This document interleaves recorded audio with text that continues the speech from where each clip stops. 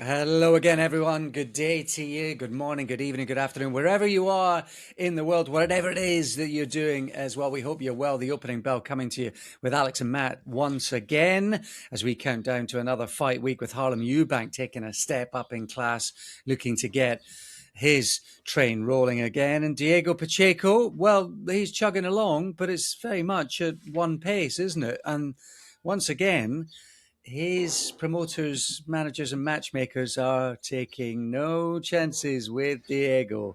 That's coming up this weekend. We delve into the history books from the 90s. A couple of the little men, Michael Carbajal, going in against Jake Matlala. We'll be talking about that. HBO broadcast from 1997. Plus, we'll reflect on the action from Russia, which we neglected to mention last week with the heavyweights taking centre stage. Matt Christie, how are you? Enjoying the sun? Still got World Cup fever? How could I not have World Cup fever? We should be recording on Thursday morning just in case, but we're not. We're recording on Tuesday morning, so the semi-final's just about to take place. By the time you listen to this, the French, the Spanish, the English, and my Argentinian cousins, well, they may well know their fate. You're still cock a hoop, are you? Yeah, I am, and I'm glad that the semi-final kickoff is at a more palatable hour, 8 p.m. But yeah, I think there's something a little bit different about England this time. I feel like the manager is a little more switched on with the substitutions and the tactics. Not saying we're going to win it, not that naive. This would be the goodness knows how many times I've seen England in a tournament, but I just feel like we might have the beating of Argentina, but genuinely it would take an awful lot of luck to get past France or Spain in the final. But after what we did against Mexico in the quarterfinals, to be honest, that really was a performance to be proud of, and everything else that's followed has been gravy. So yeah, I'm enjoying it. Okay, let's talk about the boxing. Let's talk about the news lines. Okay. Right. I hear what you're saying. We're going to have to move on from this now. Move on. Enough of that tittle-tattle. Since last week, all of the sort of grumblings and chat and the likelihood of or not has been confirmed. Both Johnny Fisher and Shakur to Zuffa. What do you make of that? Inevitable, I suppose.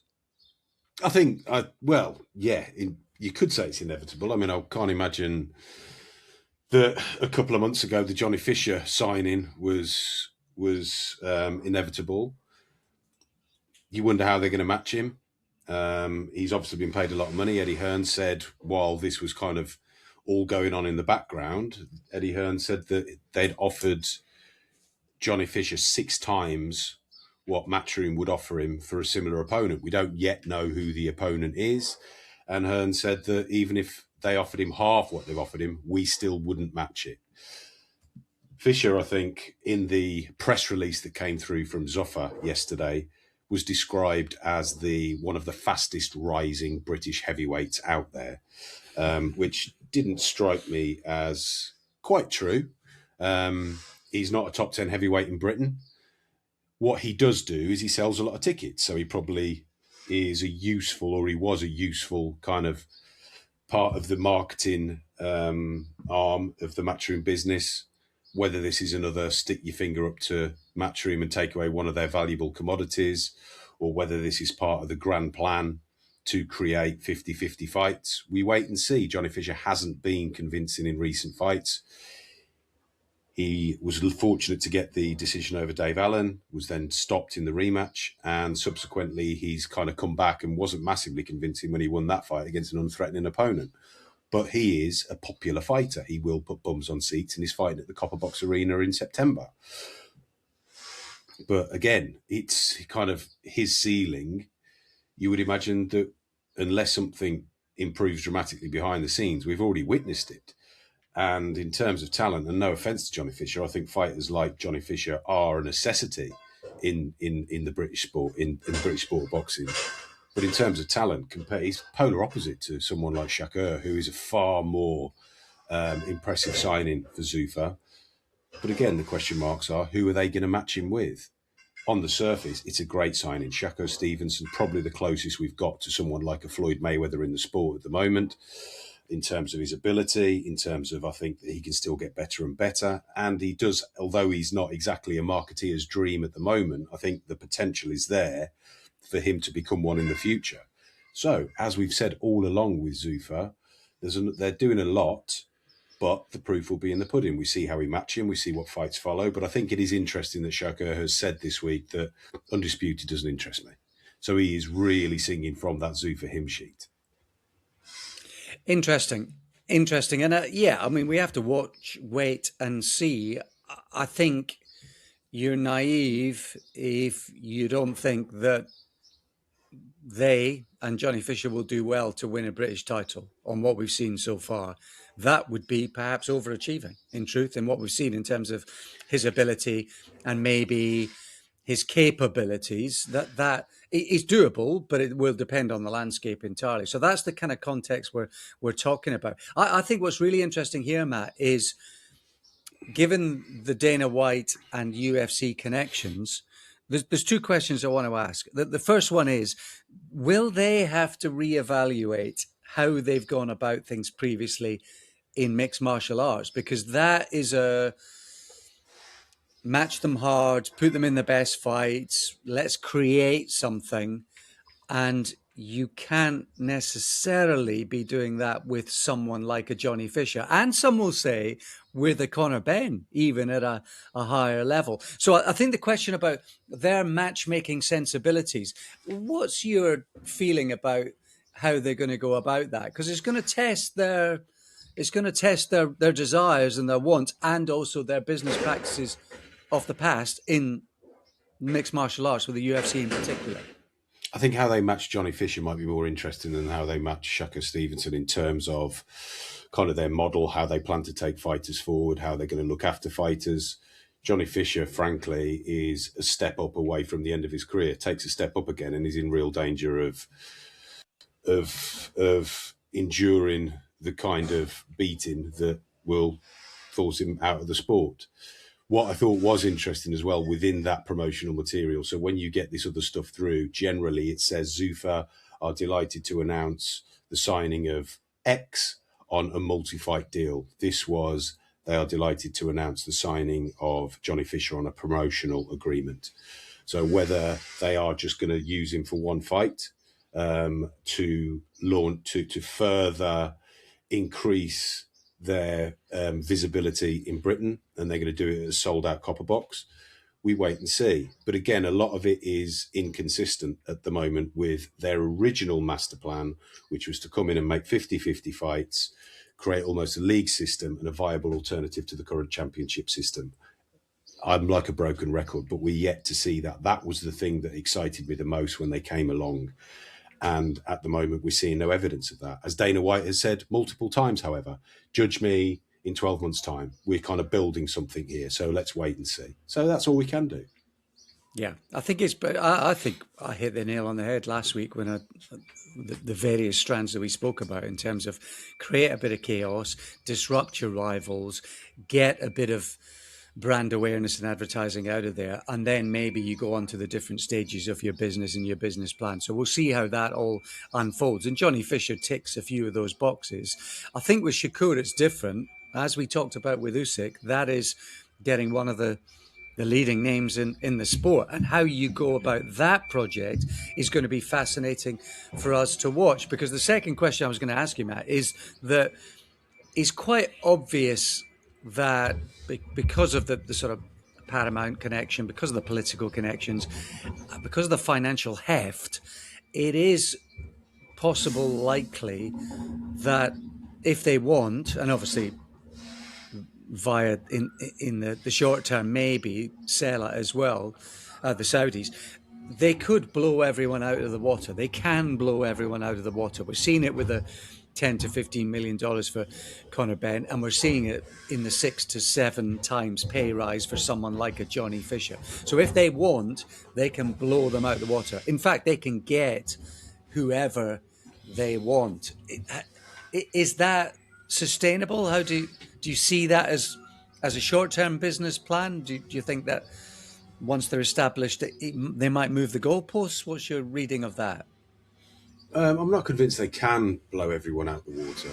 I think we've already seen signs from what's Well, happening. they can get whoever they want from whoever they want, more or less. Maybe not a Joshua because of his emotional and personal ties to Eddie Hearn. But ultimately, if they want anyone, they can pretty much go and get them. They probably could, but can they get the volume? Can they continue to make kind of these marquee signings? Can they, for example, get the best 15 fighters in the sport pound for pound and pay them all, one would imagine, more than they're paid Conor Benn, given their standing in the sport? I would be doubtful of that. One also has to look at the deal with Paramount Plus. I think it's interesting what's happening with DAZN at the moment, and we can talk about kind of their business model. But Premier Boxing Champions (PBC) was what DAZN called the last piece in the jigsaw last week when PBC made the move to DAZN. So DAZN now have Matchroom, Queensberry, Golden Boy, Top Rank, PBC. We're already seeing kind of cross-pollination between those promotional groups to make the fights that should be the most appealing, or that's the dream. And one would think that it would make fights between those promoters more realistic. Therefore, should think that all of those are the sum of all parts is a more a better product than what Zuffa are building on Paramount. This isn't Paramount Plus's first foray into the sport of boxing. They've dropped it before. They've dropped it before. So how do we know that they're not going to do that again? And I think what we saw with places like HBO, with Showtime, is ultimately they kind of then created this model for the sport that wasn't sustainable, and HBO had enough in the end, and so did Showtime. There's no guarantee that they will retain their place on Paramount Plus whatsoever. And then where do they go? On the other side of it, you have to consider what is going on with DAZN at the moment. Now, I know that they're telling us that everything is rosy, but behind the scenes, you're seeing certain directors leave their posts. He's still making a loss. The whole business is still making a massive loss. Then what happens if in 6 months' time DAZN say, actually, we can't do this anymore, and you've got all of those promoters without a broadcast partner? It's and then the only option is Zuffa. But in regard to your question, can Zuffa come in and kind of grab everyone? I'm not convinced they can. And I think there's still enough negative publicity about what Dana White and his model over at UFC, and all of the voices. There's several dissenting voices in the background from fighters about how they've been treated, is that certain boxers will think twice, I think, about just handing everything over to Zuffa Boxing. Speaking to Andy Clark at the weekend, who's obviously commentating on the Zuffa shows on Sky, and he's saying there's a lot of people there, there's a lot of staff, there's a lot of people on the ground, and there is a kind of will. They said they're very hot on sort of fighter safety, security, the sort of medical side of things. They'd be sort of short on those interviews, particularly, say, a hard fight like Riziki against CBS. They were sort of quick to get them backstage and with medical attention as quickly as they could. So it's quite interesting to get that sort of insider side of things in terms of how practically it's looking and feeling to them. We're obviously just interested in what it means for the sports and what it means for the fighters, and that's why we cover the story on an ongoing weekly basis. What did you make of, sort of linked, I suppose, parallel to it, Conor Benn and Ryan Garcia were both at the UFC, Conor McGregor returning at the weekend against Max Holloway. Garcia and Benn were both there, weren't they, at the weigh-in? Do we read anything into that? Well, I was told, no, I wasn't told, but Lance Pugmire, excuse me, was told from various people that the plan was to announce that fight prior to the Conor McGregor contest. But there were still a few little problems to do with contracts and what have you, and that is no surprise whatsoever. I think we touched on it last week, didn't we, with Oscar De La Hoya with his weekly kind of clapback or whatever, saying that nobody's yet approached him. So Garcia, in particular, I would say is the difficult one to get over the line. He's got an agreement with DAZN, he's got an agreement with Turki Al Sheikh, and he's got an agreement with Golden Boy. So I can't see that being that easy to sort out. But the hope was, and the reason why they were both there was the intention to announce the fight between the two of them in September. I would imagine they're still working behind the scenes to make that happen. We've heard the undercard details for Anthony Joshua's return fight upcoming. Josh Kelly against Kevin Ajako is probably a good fight for them both, isn't it? And Hamza Shiraz up against someone you probably don't know and can't pronounce his name either. Yeah, I mean, the WBO are kind of coming under a bit of fire for this because, of course, Hamza Shiraz won the vacant super middleweight belt in a flagrant mismatch, didn't he, when he beat Alan Begic, or whatever you want to call him, in 2 rounds, and it was a walkover job. Quite what Begic had done to be involved in a title fight is beyond me, and it's when fights like this happen, it gives fuel to what Zuffa are doing. When you see title fights like this dressed up as world championships, it's a bit of a nonsense. And unfortunately, Hamza Shiraz's first defence, WBO have told us that he's entitled to a voluntary defence, comes against Simon Zachenhuber, who somehow is ranked 7th by the WBO, yet as recently as April, he lost a 6-rounder at the Tottenham Hotspur Stadium. You would expect that Shiraz will have his way with him. I think the Kelly Agyako fight is a lot better. Quite an awkward assignment, actually, I think, for Josh Kelly in his first defence. But I think if this is going to be a pay-per-view event, which I believe it is for DAZN, it's not a fantastic card, particularly when one considers that Joshua is fighting a 17-1 underdog in Christian Brenger. Are you getting some work done on the West Wing, my friend? What? Are you getting some work done on the West Wing? Oh, can you hear it all? Yeah, I apologise. I've had to open the door in here. It's sweltering, so I've got the door to the rest of the house shut, purely to keep Rocky out because he's a little bit lively today. Yeah. But then as a consequence of that, there's no draft coming in, so all I can do is open this one here. So I apologise if there is a bit of noise going on. You can hear the scaffolding going up next door, folks. Yes, you will get the odd tweet of birds, which is absolutely delightful. Absolutely delightful. We like a bit of that on the OB.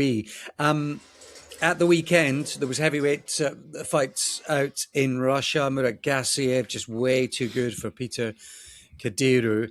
And Joyce, I think it's one of those, Matt, people will look at Joyce, losing a sequence of fights on the bounce, 3 out of 3, 5 out of his last 6.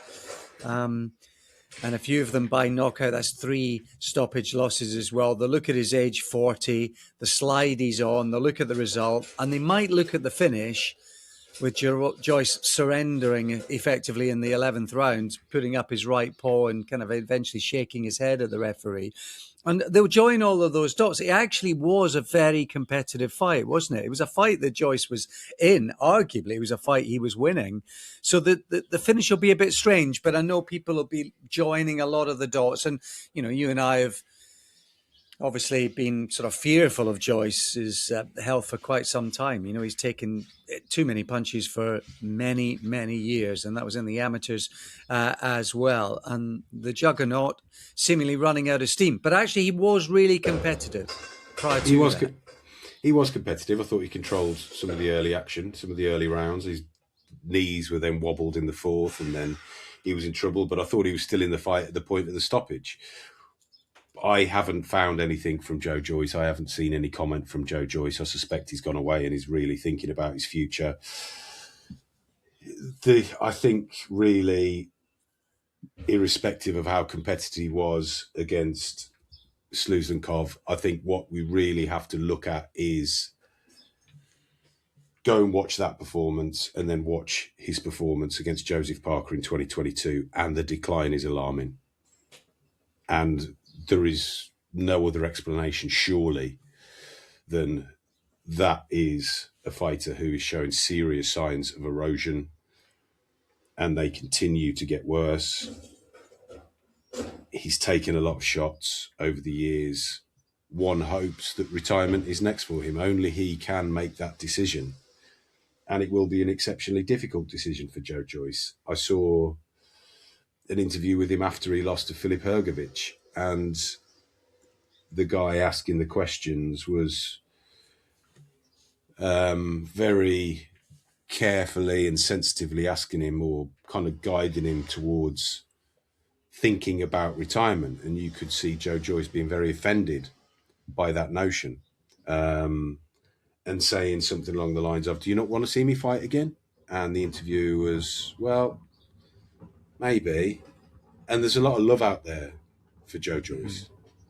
There's an awful lot of love out there for Joe Joyce. And whether he is the type of character to think about his long-term future and to think too much about what may happen if he continues to swallow heavyweight punches as he gets older and grows more and more into his 40s, I'm not sure. But now probably is the time for him to start thinking about that. It's not helpful when you have people like Derek Chisora screaming at ringside that he quit and everything else. But no, I think given his recent form, it wasn't an horrendous performance. But given where he was, when after the Joseph Parker fight, we were saying, an awful lot of people were saying, he's one of the best heavyweights in the world, maybe in a different era or a different time, beating Joseph Parker would have been enough to win him a full version of a sanctioning body title. But now if he continues, all he will be is an opponent. All he will be is a stepping stone. All he will be is a gatekeeper. And Joe Joyce, a fighter who represented so proudly this country at the Olympics, was unfortunate not to get the gold medal, performed heroics at amateur level. And who can forget some of the 5-round battles he had? They were wars in, what did they call that? The WBS. It has been a long career. And even in that Joseph Parker fight, even when he was at his best, kind of his USP was, I'm bulletproof, so I'm going to walk through everything. And ultimately, those punches will have an effect.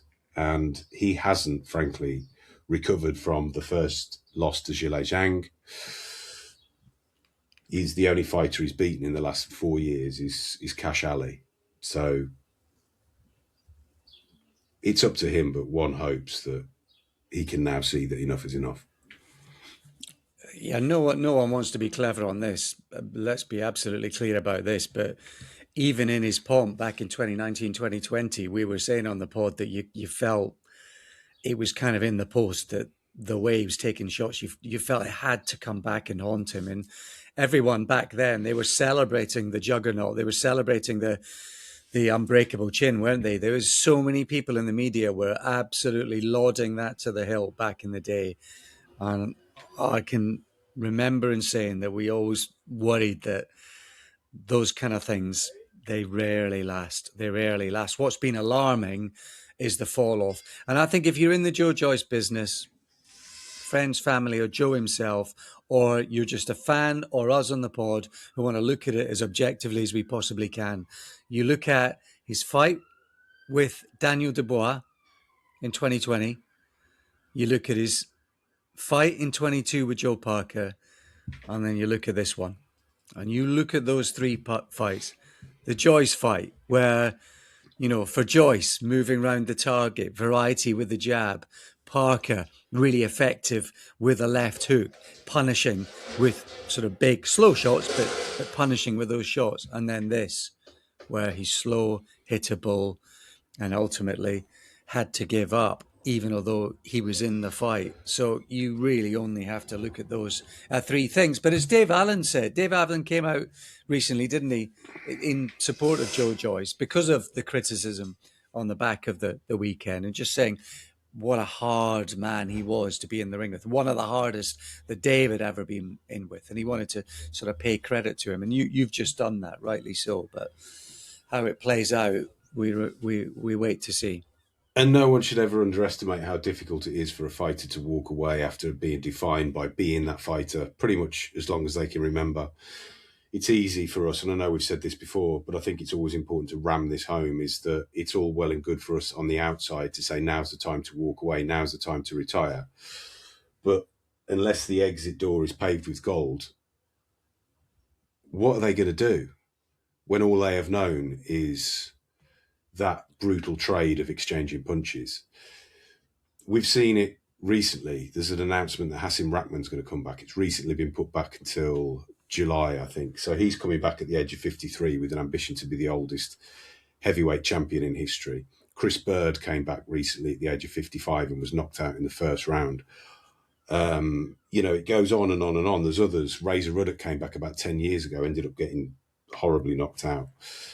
There's a lure of the ring that the fighters will come back to if they're allowed to ultimately. And all it will take is a few years out of the ring and they forget why they walked away in the first place. And they con themselves into believing that they're as fit as they used to be, probably because they feel so much better than they did a couple of years ago, because they've got themselves back in shape and they think they can do it again. Look, I'm doing a lot of work for Ringside Charitable Trust now, behind the scenes. And there's the amount of people that are really struggling is, I feel like it needs to we need to tell everybody about it, but obviously you have to keep the families of those affected in your mind. But there's a very well-known former British champion at the moment who fought some great fighters, who's just now having to go into a care home, and he's getting violent at home. He just simply cannot understand what's happened to him. And it is heart-wrenching.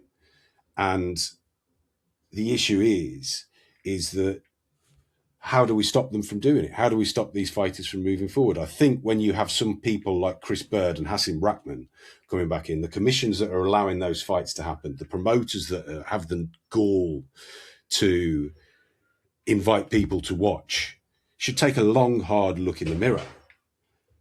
This is a brutal sport. It is most certainly not one for fighters in their 40s and 50s to be competing in. But go back to the original point. For the fighters themselves, it's all they've known and it's all they want to do. And obviously it depends on stage of life, the kind of career that you've had, whether you got any money out of the game. I mean, I was considering these sort of things at the weekend because I was down at Brentwood with Andy Clark, and we called a sort of fringe, one of those fringe international titles that gets you ranking points between Meg Redstall and Maisie Rose Courtney. And having sort of spoken to them beforehand and knowing how well, listening to interviews and how much they trained, but also how little they've made out of the game. Maisie Rose Courtney started camp for this with, I think, £3.20 in her bank account. Meg Redstall broke even on this fight, but has never made any money out of boxing. Now, Redstall was brilliant at the weekend. Brilliant. I mean, it was I think, in brackets, world-class performance for her. It was a breakout performance from her. And she's sort of willing to put in the hard work, willing to forget about the fact that she's combining being a part-time paramedic with being as full-time a boxer as she possibly can. She's willing to forget all of that because she sees a goal. She wants to be, she can see the future. She thinks it's there. And she was brilliant at the weekend. She came out on top and she's whet the appetite. She dropped down to flyweight for the first time in her career. She just won a Commonwealth title at bantamweight previously. So, she dropped a fair bit down, did the weight comfortably. We'll have to get her on the pod, actually. I've spoken to her a few times. Really engaging character. I'll get her on the pod. We'll do a special with her because her story is phenomenal. I mean, honestly, media outlets would lap it up. She was in a wheelchair when she was a kid. She told she'd perhaps not walk again, never mind be able to do any sport. She's overcome that. Paramedic and a boxer at the same time. That sort of raises an interesting dilemma, doesn't it? She's full of the business, and we saw at the weekend how good she can be. And on the evidence of that, although you've got Gabby Fundora, who's a freak up there in her weight, is going to be difficult to beat, but she's on that trajectory. As for Maisie Rose Courtney, she's making no money out of the game, and now she's lost twice. You know, she's going to be in the Anthony Crawler place. Do I carry on? Do I give up? When's right? When isn't right? I'm sure she's gone through all of that this week. Different kind of story, but similar kind of difficulties to try and deal with. So I'll try and get Meg Redstall on the pod actually in the next week or two, because she's a fascinating character and a good little boxer as well. I know you caught up with some of the action from there. I did on your recommendation. I saw the knockdown in the first round, and then a few other bits. And yeah, I wasn't aware of her. I'll hold my hands up. I wasn't aware of her at all until yesterday when you sent that text message through. But yeah, she certainly looks like one to watch. Don't know if she wasn't convinced by the commentary though, to be honest. Fair. Go and watch that if you can. That'll be on the DAZN app. But Meg Redstall from the weekend, she was really good, and we'll try and get her on the pod in the next few weeks. Murat Gassiev did what he had to do against an inferior opponent. He's right there in front. He's so good to watch, isn't he, Gassiev? Who's only lost twice, hasn't he? A split decision to Valen, who was in really good form. I think that was one of the last sort of big performances from Valen against Gassiev. And of course Usyk in the World Boxing Super Series 7-8 years ago now as well. He's a power puncher who likes to fight in the pocket. He's right in front of you. He's hittable, and I think against the better heavyweights, particularly the bigger punchers, he's going to be in trouble, Gassiev, isn't he? Because he's right there in front of you. But he's good to watch, and he did what he had to do. Yeah, and he's getting the big promotional push from some more money men, that is the IBA, out in Russia. I mean, the opponent had no business again being in a world title fight, to be perfectly honest with you. I hate to kind of be all cynical again, but it's true. I mean, that's perhaps not necessarily anybody's fault. Tony Yoka, of course, was supposed to be the opponent for Gassiev. Yoka pulled out at the last moment, I think with about 10 days to go. So then they're scrambling around looking for the right opponent. But the guy that came in wasn't ranked by the WBA that I can see. And okay, he accepted the fight short notice. But yeah, he was there just essentially for Gassiev to kind of look good against in the end. Gassiev now is the WBA champion. I don't think he's necessarily been upgraded. It's a complicated, convoluted system over at the WBA, where they had the super champion that was Alexander Usyk because he'd been involved in unification fights. We do call it the WBA regular champion, but of course it's the WBA world champion. He remains as world champion, and he is now the only WBA heavyweight champion, which is something, I suppose. There is no longer a super champion, so Gassiev, by default, is now the WBA heavyweight champion, but he hasn't been promoted, is my understanding of the situation. Okay, and the fact that Chisora was sort of there going head to head with him, I mean, was that Chisora just being Chisora? I mean, Chisora told seconds out that he had been offered the fight with Gassiev when they were looking for an opponent. Chisora quite refreshingly turned it down and said, I wasn't ready. I gave it some thought and thought, yes, I'd love to get in there. But then when I'm actually in there, I'd be thinking to myself, what am I doing here? But he didn't rule the fight out. He just said that at a day's notice, he wasn't in any fit state to fight Gassiev. The IBA have since said that they would prefer unification fights. Gassiev has since said that a fight against Chisora would be entertaining. And Chisora, even at 42 and looking every day of 42 during his loss to Deontay Wilder as recently as April, probably would be a marketable foe for Gassiev at this stage if he can't get a unification fight. And then you look around at what's going on. The WBO belt is held by Daniel Dubois. He at the moment is waiting on Fabio Wardley for that for the contracted rematch. So there's not going to be a unification fight with the WBO. WBC is Ajit Kabayel. I think he's going to announce a fight in September, which won't be a unification. Then he may then have kind of mandatories to deal with early next year. And over at the IBF, we wait to see what happens with the conversations between Frank Sanchez and Moses Atoma. But Moses Atoma, of course, is fighting Filip Hrgovic on August the 29th. Reading between the lines, I think they'll come up with an agreement that the winner of Atoma and Hrgovic will fight Frank Sanchez for the vacant IBF title. So with all of this going on, the dreams of Gassiev fighting in a unification fight, at least in the near future, would probably seem a little bit far-fetched. Then you open the door to something like a Chisora fight, and all of a sudden it becomes a possibility. I'm not saying it will happen. I'm not saying Chisora is going to accept it. But Chisora at the moment can't seem to keep himself away, can he? Went over to congratulate Gassiev, and before we know it, they're going nose to nose, and that's almost the kind of headline image that we see in the next morning.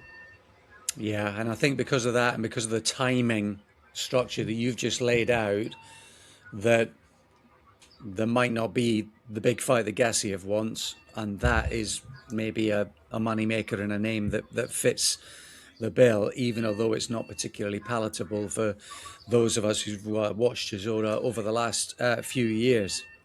No, and importantly, and I think if that is the case, and as I say, there isn't really, apart from that photo opportunity, we haven't heard anything out of Chisora's mouth.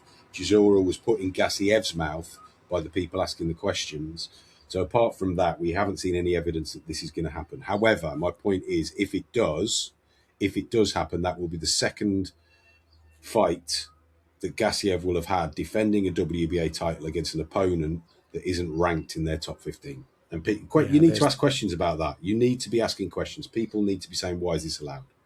Yeah, it is a joke. Well, I suppose the alternative would be that Suzlenkov, who beat Joe Joyce, they could put him and Gassiev together, and that would be a really, inverted commas, fun fight, because Suzlenkov is, low hands, throws wide hooks. He's slow and he's small as well. Gassiev would lap him up. It would be a fun fight, inverted commas, but he's not good enough. Suzlenkov, he is not good enough. No, and it kind of takes you back to that rather sticky period after Lennox Lewis retired, when you had people like Oleg Maskaev and Ruslan Chagayev kind of fighting obscure opposition in deepest, darkest Europe. But, Gassiev's got to earn a buck, and I'd imagine he's earning a fair few of them at the moment against these kind of opponents. Massive shout out to NAS Medical, our sponsors. They're the leading independent experts in ringside medical care, and they provide global medical coverage for professional and also amateur boxing events, ringside medicine training, and basic life support accredited courses. Boxer safety, absolutely their priority. And you can find Neil and the team for anything medical or boxing related at nasmedical.co.uk. Thanks to them, and thanks as well to you lovely Apple Plus subscribers and Patreon subscribers as well, who for less than $5 a month, that's $5 a month, not a week, $5 a month, help power the opening bell each and every week. We couldn't do it without you all, so thank you so much. So that's the boxing from last weekend. Coming up this weekend, we're off to the Copper Box, because Harlem Eubank is back, and he has got an opponent in the shape of Frenchman David Papo, the southpaw, who's still got a bit of game about him, even although there's a little bit of the Matt Christie about him, actually, just with a silver beard. He's like a silver bearded Matt Christie, I think, Papo. Maybe a bit faster, maybe punches a little bit harder. Of course, he went in against Paro, didn't he? And he gave Paro a tremendous fight. He's actually the bookies' favourite, interestingly. I thought this is one that they might have just made Harlem, because of bias and home advantage, inverted commas, they might have made Harlem favourite, but he's not. He's 6-5 against Papo, is 8-11. And I think on form, that's probably right. Matt, is it good timing this for Harlem? Or is this another step up too far for him? If he wins, it'll be the best victory of his career so far. I think if I know he's serious about his world title ambitions, but this is a fight that he'll have to win. Lose here, and I think his limitations kind of at a level that is approaching world class might well be exposed. You're right to highlight the performance against Liam Parrow. Parrow, of course, has just won a portion of the welterweight title against Lewis Crocker. No denying that Parrow is a world class fighter. And I think an interesting one when we like to look at common opponents is the opponent that came before Liam Parrow, and that was a certain Josh Wagner, who he knocked out in 7 rounds. And in Harlem Eubank's most recent fight, he was forced to go the full 10 by Wagner. You don't simply say, oh, he knocked him out in 7, but he went the distance, therefore the guy that knocked him out in 7 is going to win the fight. But this is a difficult fight for Harlem Eubank. It really is. I think Papo will come with ambition. And yeah, as you say, an incredibly majestic bit of stubble, glorious shaved head, and I think he will give Eubank serious problems. Eubank might be too young, too quick, and I think that's his advantage going into this fight. And I know from what I know of Harlem is how much he'll be looking forward to this, how much he will recognise that this is an opponent where he can say, look, okay, now I'm a top 10 guy. Give me a chance. But it's a tough assignment for him. It really is. It is. I think the keys to victory are quite obvious here. I think if Harlem can keep it on the outside, if he can use his footwork, his speed, almost, raids, little quick fisted raids on the outside. If he can keep it there, then he can win the fight for sure. Because Papo definitely prefers to be in the engine room. For a southpaw, he doesn't necessarily box like that. He throws a tremendous, wicked, really fast backhand. And I think that's the thing that Eubank's going to have to look out for. He's got a wicked backhand, really, really fast. And he throws it powerfully, and he's got a bit of dig. But he does like to fight relatively up close inside or in range. And it's just a question of whether he can do that or whether Harlem lets him do that. If he does, then Papo will win this. He'll absolutely tear him up inside. But Harlem has got the skills to burn. He's got the feet. So if he can keep it on the outside, that's his key to victory, I think, Matt. Yeah, I completely agree with that. I also think that the fact that he had the fight with Jack Catterall, and okay, it wasn't a great spectacle, but I think that Harlem will have learned lessons from that. He was convinced in the post-fight interview that he was kind of level pegging with Jack Catterall and everybody else was seeing something different. I don't think for 1 second he was foaming at the mouth insane in that moment, but he obviously didn't particularly feel like he was in trouble in that fight. But I think in his private moments, he will have gone back and looked at it and thought, well, actually, in the moment, I thought I was in control of this, but I wasn't doing enough. I wasn't doing enough to win rounds. So with that lesson banked, he may approach this differently. And I think in an odd sort of way, that could be a blessing in disguise, even though it's a fight that none of us particularly want to watch again. I think it could do Harlem Eubank favours in a contest like this against Papo. Yeah, because he's up against a very different southpaw. Personally, I still think he's a bit deluded about the way he spoke about that particular fight, personally. But you can forgive fighters that in the heat of the moment. And maybe in retrospect, he's had a second glance and a second thought about it. But he's got a very different southpaw. Catterall, very, very clever. Oh. He's a counter puncher. This guy's going to come at you. This guy wants to get close. So it's a completely different southpaw. And I think that'll suit him. 100%, yeah. And I wasn't for one moment suggesting that Catterall and Papo are like for like. It's more the experience of being in a big fight, being in with someone that people think is going to beat you, feeling comfortable, and then being astonished afterwards that you hadn't done enough to win many rounds. And it's lessons like that, I think, that the right fighter with the right mindset can learn from. But we'll see. It's a tough ask for him. I suspect a lot of people won't be that familiar with Papo, but if you're not, be aware that this is a difficult fight for Harlem Eubank. It is. Even just go and watch sort of 8, 9, 10 minutes you can probably get on YouTube or on DAZN. Just go and have a look at those of say Papo against Liam Parrow, for example, or the Wagner fight. But just the Parrow fight will give you a good sense of kind of what it is that Papo brings. He can be beat, but he brings a lot of heat, and it's that fast left hand against an orthodox fighter that is really dangerous. And I think he'll probably land it at some stage, and that could determine the fight. But we'll see. We'll see. Harlem against Papo, Kieran Malloy against Sean Noakes, Sam's brother. That's an interesting one on the same bill. And then in Carson, California, stateside, Diego Pacheco. I mean, I think critics will probably say he's in another marking time fight. Management, promoter, and matchmaker will probably say we're teaching him his craft and we're giving him sort of lessons along the way. My goodness me, they are so careful with this fella, aren't they? They've been raving about him for years. There's been little glimmers of gold dust and stardust from him along the way. He'll look dynamite and rank average pretty much in the same minute. And I don't know which he's going to turn out to be, but I know they are matching him really, really carefully. There was an interesting interview with Diego Pacheco that's actually went live on Boxing Scene today, where he explains kind of why he's moved trainers. So he's now with Buddy McGirt. And he said he's learned so much already from Buddy McGirt. He can see the mistakes he was making, and he seems to believe that he was getting away with the mistakes throughout his career up until this point. Emmanuel Aleem, kind of fringe contender-ish, lost last time out to Lester Martinez over 12 rounds. Lester Martinez himself has a difficult fight coming up on August the 29th against Luka Plantic. Lester Martinez hold, and I'm so sorry to have to keep referencing these bloody sanctioning body titles, but it is, I guess, applicable here, because if Lester Martinez gets past Luka Plantic, Martinez holds the WBC interim title.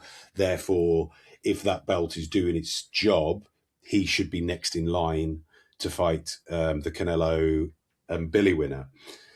And Pacheco said that he wants to do a job that's even better than Lester Martinez. Therefore, he wants to stop Aleem. But one would think that at this point of Pacheco's career, that he would be aiming higher than trying to beat Lester Martinez's leftovers. It's a wide open division at the moment. And as you say, and I remember, I feel like we've been saying this about Pacheco for the best part of 5 years now, is that there's times where he looks like he is a superstar in the weight-in. There's other times where he just seems to be labouring, where he looks beatable. And it just appears that the hype that was there at the start was misguided. It will have to be an impressive win this weekend for Diego Pacheco. He's not in with an absolute no-hoper, but he is in most certainly with somebody he should be beating comfortably if he is to go on and challenge the division's best. Yeah, indeed. And show gears. I think that's what we want with Pacheco. You want to show gears. You want to show the dig. He's got the dimensions, hasn't he? And I think this sort of, he's only a young pup, and I think that's wearing a bit thin now that he's in his mid-20s. And you can argue on paper, his last three opponents, a combined record of 74-1, so it looks really good on paper. But he's gone the distance with guys like Sajko, McCumbee, Nelson. You're thinking if he's what they've suggested he might become, Pacheco, and how he's looked a couple of times earlier on in his career, then he's not gone the distance in each of those three fights. And if he goes the distance in this one again, then everybody is absolutely bang on right to be asking questions about where he's headed. So let's hope we're going to be proved wrong.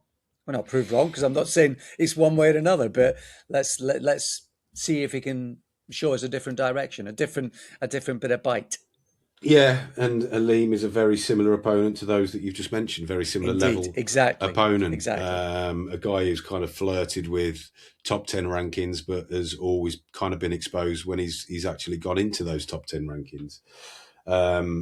Perhaps Pacheco's been fighting this level for too long now. Perhaps he needs a challenge. Perhaps he needs to go into a fight where people are not saying, not only do you need to win this, you need to win this convincingly. Perhaps he needs to go into a fight where people are saying, you're not going to win this.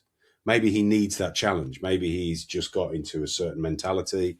But goodness knows, really, to be honest, what he's going to look like this weekend. No, we can only call what you see, can you, as a fan, a pundit, or whatever. But maybe that move to McGirt maybe a change of scenery, maybe a change of direction. Maybe that's all he needed to freshen things up. Different set of eyes, different voice. Maybe that's going to be the spurt, the catalyst that he needs to unearth some of the sparkle that we've seen on occasion in his career today. Maybe we're going to be saying maybe again next week, but we'll see. All of that to come. Good experience as well for Leo Atang, 7-0 heavyweight prospect. In the same way that Ben Whittaker went to the States, he gets a chance to go and sample a bit of that. And I like when the British and European promoters get their supposed sort of hot youngsters across the pond or elsewhere out of their comfort zone. I think it's a really good exercise for everybody. Yeah, and it's been going on for years. Just gives them a bit of visibility, doesn't it? And I think it's really helpful. I mean, I'm not sure. I've no idea what this Glenn Williams who he's fighting is like. I'm looking now at BoxRec, and BoxRec have got him as the 553rd best heavyweight in the world. Yes. So read into that what you choose to. Yeah, I don't think it's about the opponent. I think it's about the experience, isn't it? I do not think it's about the opponent, this one. But all of that coming up this weekend. Coming up next is this week. This week, we take you back to the 18th of July, 1997 at the Thomas and Mack at Vegas. We're topping the bill with Johnny Tapia against Danny Romero for the IBF and WBO super flyweight titles. That was top of the bill, but under that, little hands of stone himself, Michael Carbajal, taking on Baby Jake Matlala, who'd been the kind of conqueror of the Brits, hadn't he, over the years, and would be again a bit later on. He went through quite a few, didn't he, Matlala, in his career. The diminutive Matlala. Interesting commentary from HBO in this one, because there's maybe a little bit of disrespect in the air in the early part of this commentary, but there's a lot of love at the end, I think, Matt. There is a lot of love at the end. Yeah, the line I made a note of, I think it's from Larry Merchant, was, I heard Baby Jake's purse is a 10-year supply of baby oil. Which is, shouldn't really be saying things like that. Different times.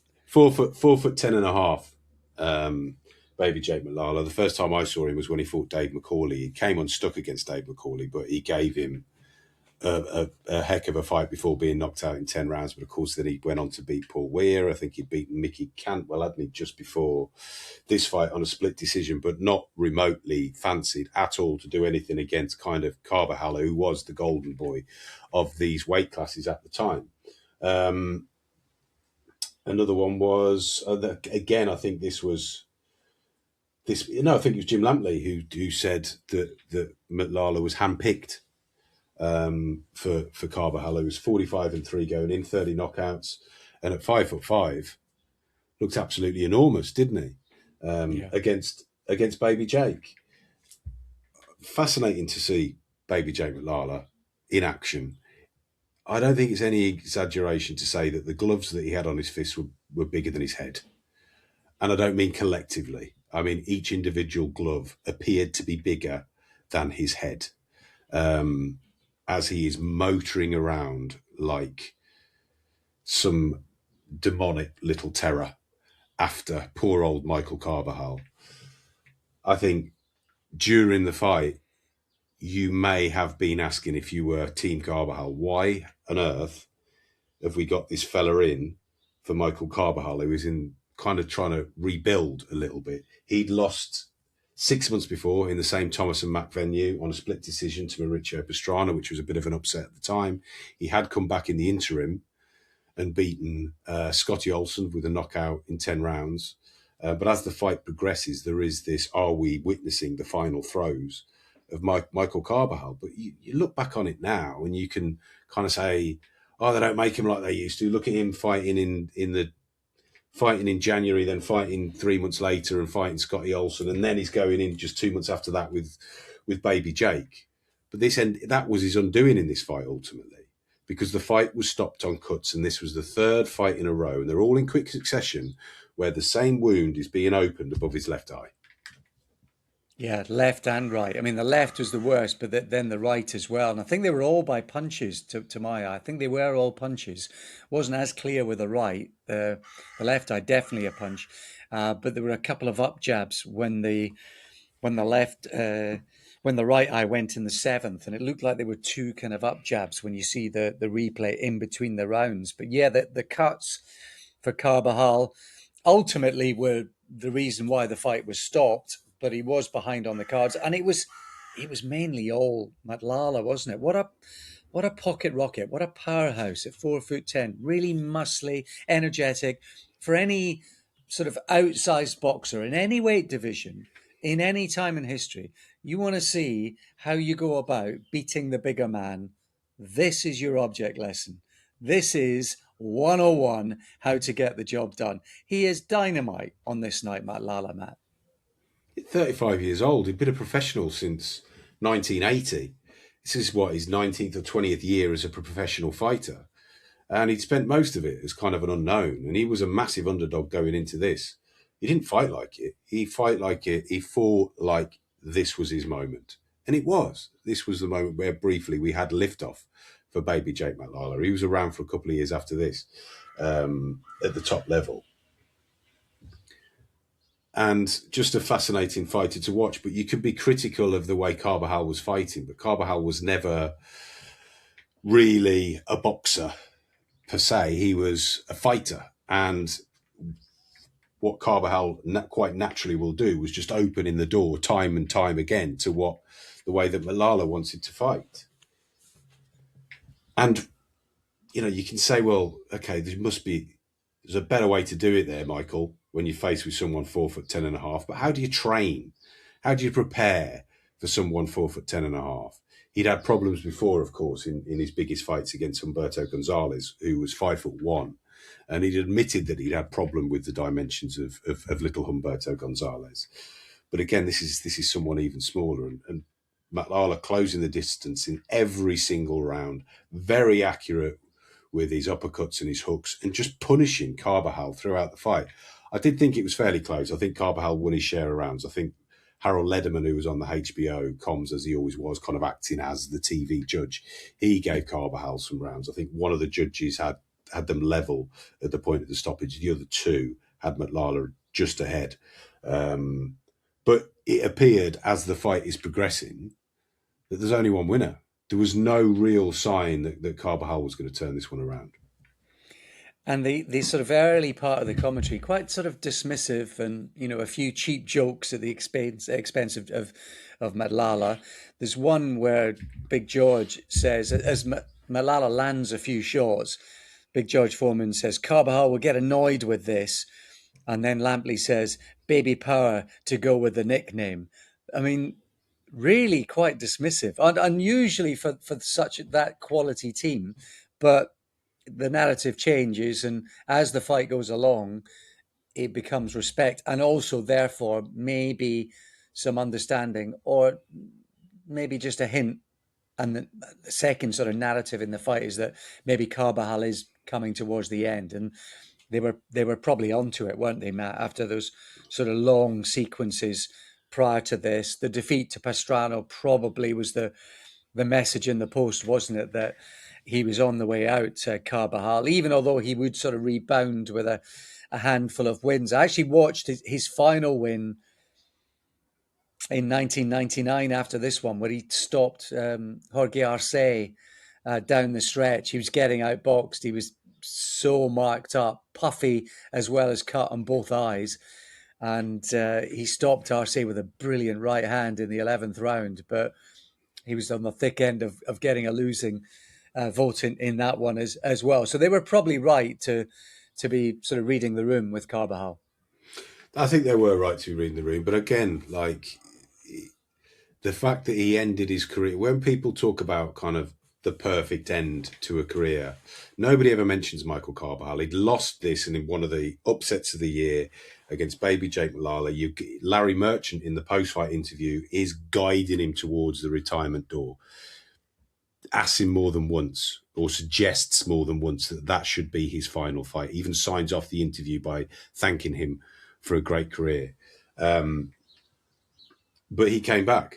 He took some time out. He was only 29 at this point. Took some time out, allowed the wounds on his face to clear, and yeah, he got that victory against Jorge Arce, and then walked away after that, probably knowing full well that he kind of rode his luck in that fight. Now is the time to say goodbye, and essentially proved a lot of people wrong. What I did think was interesting as well. So you got Larry Merchant, the journalist, the non-fighter, the person looking from the outside, guiding Carbajal towards the hook on which he can put his gloves on and leave them there for forevermore. Then we cut to George Foreman.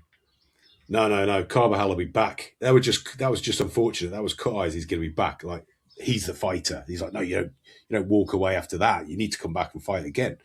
So an interesting kind of contrast there in the mind of the fighter and the mind of the observer. Yeah, and that's why that balance actually is quite instructive, quite important, quite informative for viewers or for listeners as well. And never been a fan of the "you never fought, so you don't know what you're talking about" mantra. There are elements of that are absolutely true, but I think there's a whole other side of it that sometimes you can be a little too close or not in a position really to explain away the other part of it. No, Matt, say that. Tell Jazza Dickens that. Have you seen him on Twitter recently, losing his mind about anybody that has? He's kind of not just talking about boxing anymore. I noticed that he took umbrage with some England fans kind of suggesting where the performance could have been better, and Jazza's losing his mind that an awful lot of them have probably never kicked a ball in their lives. But yeah, have a chat with Jazza about it. I'd be interested to hear what he had to say. Nah, I'm good. Right. No, we're open to debate and discussion on the OB. We always were. Richard Steele, ref in this one, he got roundly booed during the introductions, didn't he? Yeah, he did. He did. I mean, it's 7. What is it? 7 years on from Meldrick Taylor Chavez, but he got booed. There was. I think when you look back on Richard Steele's career, and I'm not going to accuse him of anything at all, but there's so many inconsistencies in that. There's that obviously that stoppage with 2 seconds to go of Meldrick Taylor in the fight of his life that he was clearly winning against Julio Cesar Chavez. I personally didn't have any problem with that particular stoppage. But then there's other fighters that he's allowed to go on and on and on and on. But Richard Steele, of his time, probably alongside Mills Lane, the most famous referee, and Arthur McCanty, all capable referees, but yeah, he was getting booed. But what I did like was the doctor coming in, looking at both of Michael Carbajal's eyes, and that was Filip Hermansky, who's a tremendous asset to the sport of boxing. He has been for a long time, and saying, "That's it, Richard," and that is when the fight was pulled. Yeah, despite the fact that Carbajal at the same time saying, "Don't stop the fight, don't stop the fight, don't stop the fight." That's it, Richard, says Hermansky. And that is it in the 9th round, and a deserving win for Baby Jake Matlala, who was well on his way to breaking the CompuBox records, I believe. So they were saying in commentary, sort of, that would be about 130 punches around or something in that kind of vicinity to get up to 1,500. So he's well on his way. Gives you a sense of the urgency, the energy, the vibe, but also the technique and the tactics. He was absolutely bang on this night, the night that Baby Jake got the better of Michael Carbajal from 1997. Go back, watch and enjoy that once again, folks, and we will reconvene again next week. Bye for now. Take care.